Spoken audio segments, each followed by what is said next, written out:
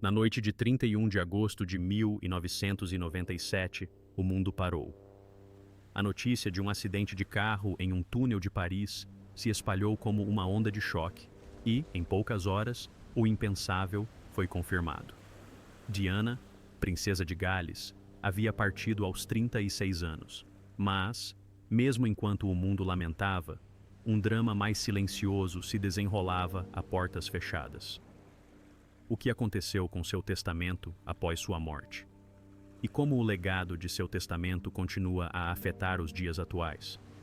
Junte-se a nós enquanto investigamos os bastidores para descobrir a verdade sobre o que aconteceu com os últimos desejos da princesa Diana, a mulher por trás do testamento. Para entender o que aconteceu com o patrimônio da princesa Diana, é importante compreender quem ela era quando escreveu seu testamento. Em 1993, Diana tinha 32 anos e atravessava um dos períodos mais difíceis de sua vida. Seu casamento com o príncipe Charles havia chegado ao fim, praticamente de forma oficial. A separação havia sido anunciada publicamente no ano anterior pelo primeiro-ministro John Major, e os detalhes íntimos do relacionamento rompido eram minuciosamente explorados pela mídia. O pai de Diana, o conde Spencer, havia falecido em 1992, deixando-lhe uma herança considerável. Com a morte do pai e o fim efetivo do casamento, Diana sentou-se com seus advogados e redigiu um testamento pela primeira vez. A historiadora da realeza Marlene Koenig descreveu o documento como incomumente simples para alguém do status e da riqueza de Diana. Segundo alguns relatos, sua estrutura era bastante padrão, embora o sentimento por trás dele fosse profundamente pessoal. Diana nomeou sua mãe, Frances Shand Kidd, e sua irmã, Lady Sarah McCorquodale, como administradoras e curadoras de seu testamento. Essas eram as duas mulheres em quem ela mais confiava para cumprir seus desejos após sua morte. Ela também modificou o testamento brevemente em fevereiro de 1996, pouco depois de seu divórcio do príncipe Charles ser finalizado, substituindo seu ex-secretário particular, Patrick Jeffson, como administrador e curador por sua irmã, Sarah. O que tornou a situação de Diana incomum foi que seu acordo de divórcio com o príncipe Charles no ano seguinte lhe rendeu uma quantia estimada em cerca de 17 milhões de libras esterlinas, o equivalente a aproximadamente 22,5 milhões de dólares americanos na época. Esse acordo financeiro vultoso aumentou drasticamente seu patrimônio. No entanto, Diana nunca atualizou seu testamento após recebê-lo, o que significa que ele se baseava em sua situação financeira de 1993, e não na realidade muito maior de sua fortuna na época de sua morte. Quando faleceu, em agosto de 1997, o Supremo Tribunal de Justiça havia avaliado o valor bruto de seu patrimônio em 21.711 libras esterlinas. 485, o que representava mais de 35 milhões de dólares americanos em 1997. Mas nada disso aconteceria como ela havia planejado. A Carta de Desejos. No dia seguinte à assinatura de seu testamento, em 1993, a princesa Diana sentou-se e escreveu um documento separado, conhecido como Carta de Desejos. Isso não era incomum. Uma carta de desejos é um documento frequentemente redigido juntamente com o testamento para fornecer aos herdeiros orientações mais específicas sobre bens pessoais e itens de valor sentimental que podem ser difíceis de avaliar ou distribuir por meio de canais legais formais. O objetivo é complementar o testamento e dar aos executores uma visão clara do que a pessoa realmente desejava. Sua carta de desejos era muito específica. Ela solicitou que todas as suas joias e 3/4 de seus pertences pessoais, que são denominados bens móveis na legislação britânica, fossem divididos entre seus dois filhos, William e Harry. Ela expressou o desejo particular de que, quando seus filhos se casassem, suas futuras esposas pudessem usar e desfrutar de sua coleção de joias. Esse desejo acabou se revelando notavelmente profético. O príncipe William pediu Kate Middleton em casamento com o anel de noivado de safira e diamantes de Diana. Kate também já foi vista usando publicamente os brincos de safira e a tiara de Diana. E a esposa do príncipe Harry, Meghan Markle, usou a pulseira de diamantes Cartier de Diana durante sua entrevista televisionada com Oprah Winfrey em 2021, e 2 diamantes da coleção pessoal de Diana foram incorporados ao seu anel de noivado. Mas as joias de Diana não eram a única coisa em que ela pensava quando escreveu a carta. Ela também especificou que o quarto restante de seus pertences pessoais deveria ser distribuído entre seus 17 afilhados. Essas eram pessoas pelas quais Diana claramente tinha grande carinho, muitas das quais faziam parte de sua vida desde antes de ela se tornar princesa. Alguns de seus afilhados eram figuras conhecidas por si só. Entre eles estava Clementine Hamrow, bisneta de Sir Winston Churchill, que foi uma das daminhas de honra de Diana em seu casamento com o príncipe Charles em 1981, com apenas 5 anos de idade. Entre eles estava India Hicks, filha de Lady Pamela Hicks e figura proeminente no mundo do design de interiores. Cada uma dessas pessoas tinha uma ligação pessoal com Diana, e ela havia reservado deliberadamente uma parte de sua herança para elas. Com base no valor estimado dos bens pessoais de Diana na época, a parte de 1/4 da herança de cada afilhada valeria aproximadamente 100 mil libras esterlinas, o equivalente a cerca de 160 mil dólares americanos. Não se tratava de uma pequena quantia, era um presente significativo que mudou a vida de alguém que claramente havia pensado com cuidado nas pessoas que amava e em como queria cuidar delas. E o testamento de Diana instruía explicitamente seus executores a darem cumprimento a qualquer memorando ou nota de desejos por escrito, a ser cumprido em até 2 anos após sua morte. Em outras palavras, o próprio testamento apontava diretamente para a declaração de desejos. O príncipe de Gales fora criado acreditando que, em todos os sentidos, era a figura preeminente como herdeiro do trono. Não é algo que aconteça com frequência, e o tribunal precisa de um bom motivo para permitir. No caso de Diana, os executivos notaram uma discrepância nos documentos, afirmando que a carta não continha certas expressões específicas exigidas pela lei britânica. O tribunal permitiu que a mãe e a irmã de Diana usassem seu próprio julgamento para decidir se a acatariam ou não.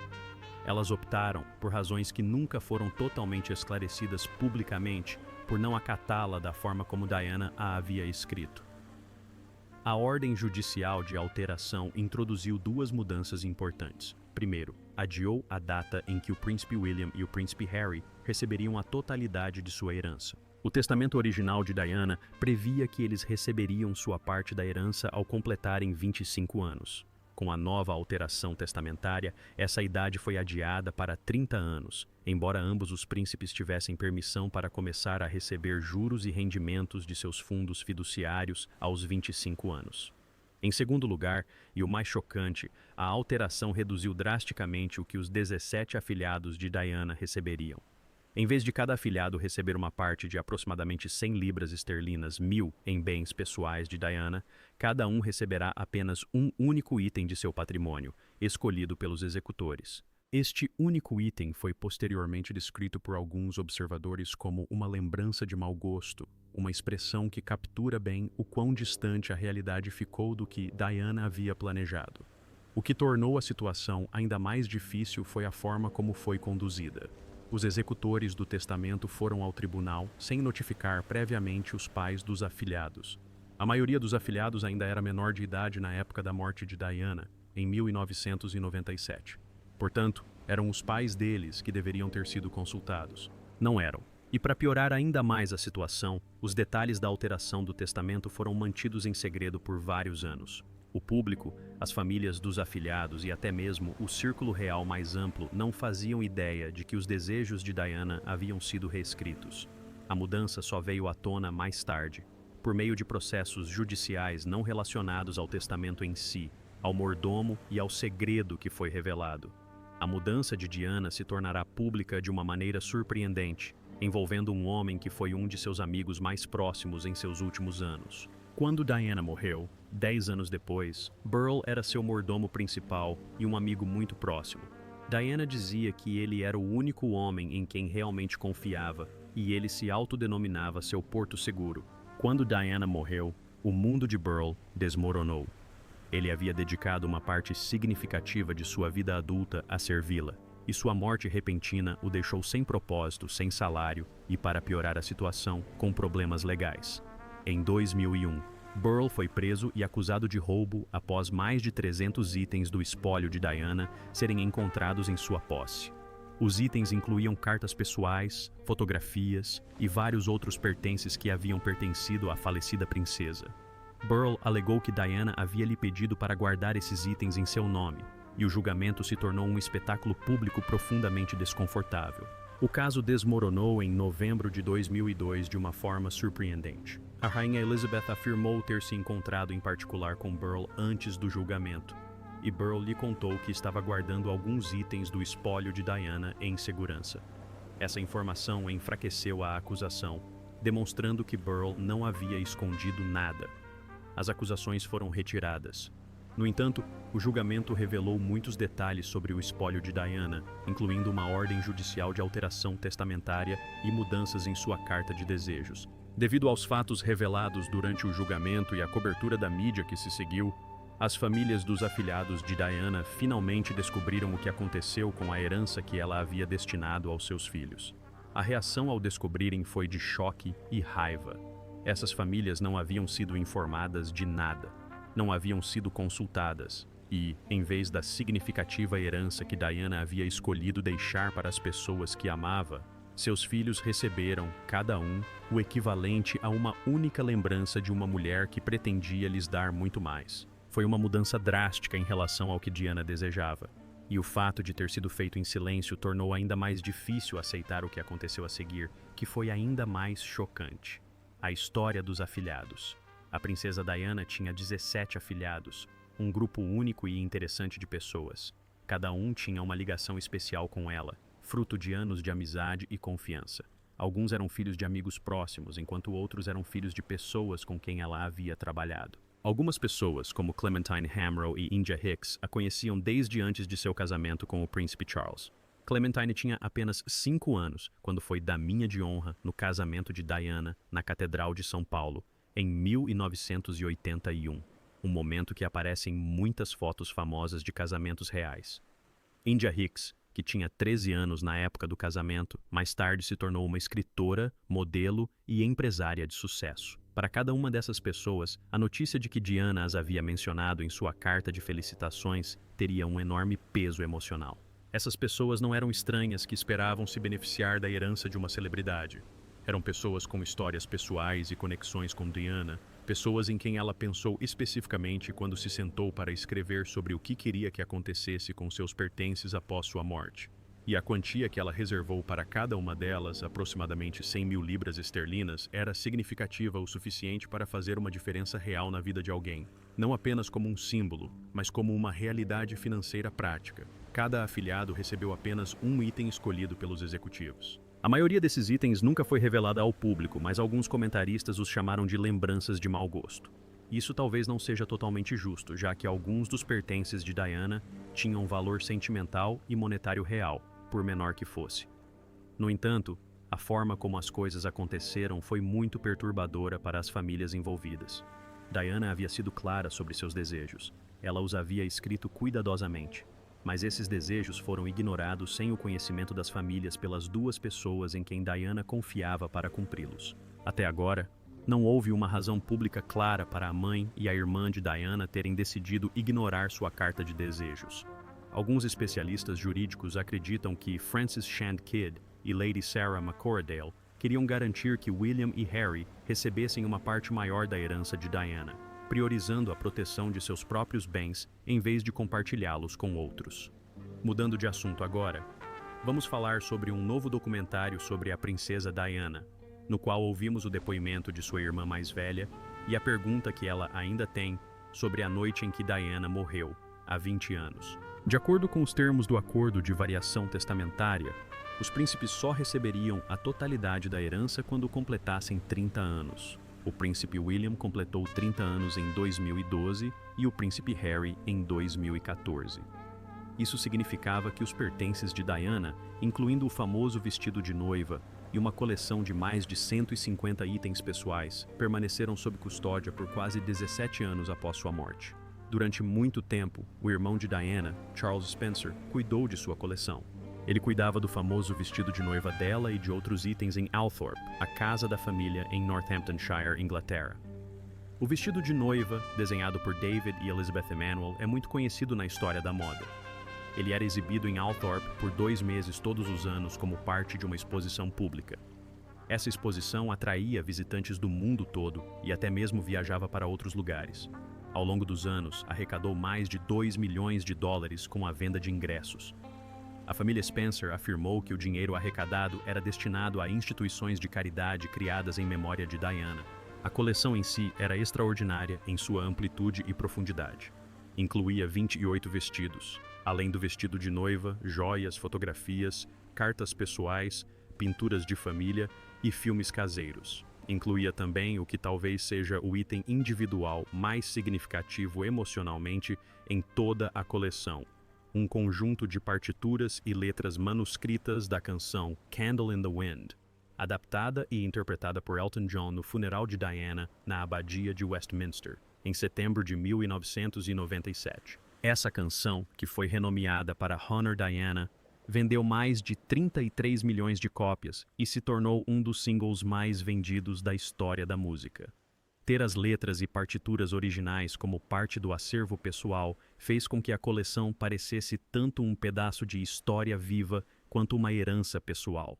Quando o príncipe Harry finalmente completou 30 anos em setembro de 2014, toda a coleção foi transferida para os príncipes como sua legítima herança. O vestido de noiva e os demais itens passaram a ser deles, para que fizessem o que bem entendessem. Nem William nem Harry falaram abertamente sobre tudo o que receberam, mas foi muito significativo para eles finalmente terem. De acordo com a nova ordem, essa idade foi adiada para 30 anos. No entanto, ambos os príncipes foram autorizados a começar a receber rendimentos de seus fundos fiduciários aos 25 anos, o que lhes deu algum acesso aos recursos financeiros deixados por sua mãe, mesmo antes de poderem reivindicar o valor principal total.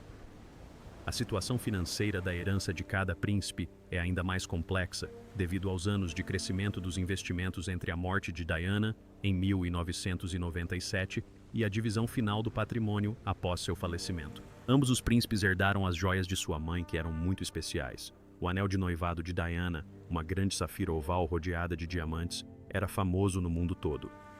Após a morte de Diana, o príncipe Harry escolheu guardar o anel de safira como forma de homenageá-la. Ele o manteve por muitos anos antes de dá-lo ao seu irmão William, que o usou para pedir Kate Middleton em casamento em 2010. O anel é agora usado diariamente pela princesa de Gales, cumprindo exatamente o desejo que Diana expressou em sua carta de felicitações de que as futuras esposas de seu filho um dia perpetuassem suas joias, as joias que perduraram. A coleção de joias de Diana era uma das mais importantes e valiosas do mundo, combinando peças que ela recebeu como presentes da realeza, herdou de sua família e escolheu e comprou pessoalmente ao longo de sua vida. A coleção incluía a famosa tiara Spencer, que na verdade pertencia à família Spencer e não a Diana pessoalmente, e por isso não foi herdada por seus filhos. Mas muitas outras peças eram inteiramente dela e contam uma rica história sobre seu gosto, seus relacionamentos e sua autoestima. O anel de noivado de safira é muito famoso e frequentemente associado à princesa Catherine. Diana também possuía um relógio Cartier, que o príncipe William guardou após sua morte e ainda usa. Sua coleção incluía colares de pérolas, pulseiras de ouro e brincos delicados. Meghan Markle usou um anel de coquetel de água marinha em sua recepção de casamento noturna em 2018. A peça tem uma grande pedra azul clara e era um dos anéis favoritos de Diana. Meghan também já foi vista usando brincos de borboleta de ouro e uma pulseira Cartier de diamantes que pertencia à sua sogra, o que conecta as duas mulheres de uma forma especial. William e Harry ficaram responsáveis por decidir o que fazer com as joias de Diana. As escolhas que fizeram sobre presentear suas futuras esposas com essas peças foram muito significativas. Diana havia deixado em seu testamento o desejo de que as futuras esposas de seus filhos usassem suas joias. Esse desejo foi respeitado. Kate Middleton usa com orgulho o anel de noivado e os brincos de safira combinando. Meghan Markle incluiu 2 diamantes de Diana em seu anel de noivado, garantindo que uma parte de Diana esteja com ela de uma forma especial e duradoura. Apesar de quaisquer problemas legais com o testamento de Diana, seu desejo de que suas joias fossem usadas pelas futuras esposas de seu filho foi cumprido. A herança que salvou Harry. Após a morte de Diana, os detalhes de seu patrimônio foram mantidos em sigilo por muitos anos. Apenas a família dela e os advogados envolvidos sabiam disso. Em março de 2021, o príncipe Harry e sua esposa, Meghan Markle, concederam uma entrevista a Oprah Winfrey, que se tornou muito popular na televisão. Eles discutiram diversos assuntos, incluindo as acusações de racismo na família real e os problemas de saúde mental de Meghan enquanto ela atuava como membro ativo da realeza. Um dos momentos mais tocantes para os telespectadores foi quando Harry falou sobre a herança de sua mãe. Harry explicou que no início de 2020, quando ele e Meghan decidiram se afastar de seus papéis como membros seniores da família real, seu pai, o príncipe Charles, cortou o apoio financeiro deles. Foi nesse momento, disse Harry, que ele recorreu ao fundo fiduciário que sua mãe havia deixado para ele. Sem esse dinheiro, contou a Oprah, eles simplesmente não teriam conseguido construir a nova vida que estavam tentando criar. A frase que Harry usou naquela entrevista foi simples e completamente devastadora em sua franqueza emocional. Ele disse que tinha o que sua mãe lhe deixou e que, sem isso, eles não teriam conseguido. Ele também refletiu sobre o significado daquela herança de uma forma que ia além do puramente financeiro. Ele disse acreditar que sua mãe havia previsto o que estava por vir e que sentiu a presença dela durante todo o doloroso processo de separação da família real. Foi uma declaração notável, sugerindo que a decisão de Diana de deixar um substancial fundo fiduciário para seus filhos havia, literalmente, dado a Harry a independência para trilhar seu próprio caminho na vida, assim como Diana tentara fazer em seus últimos anos.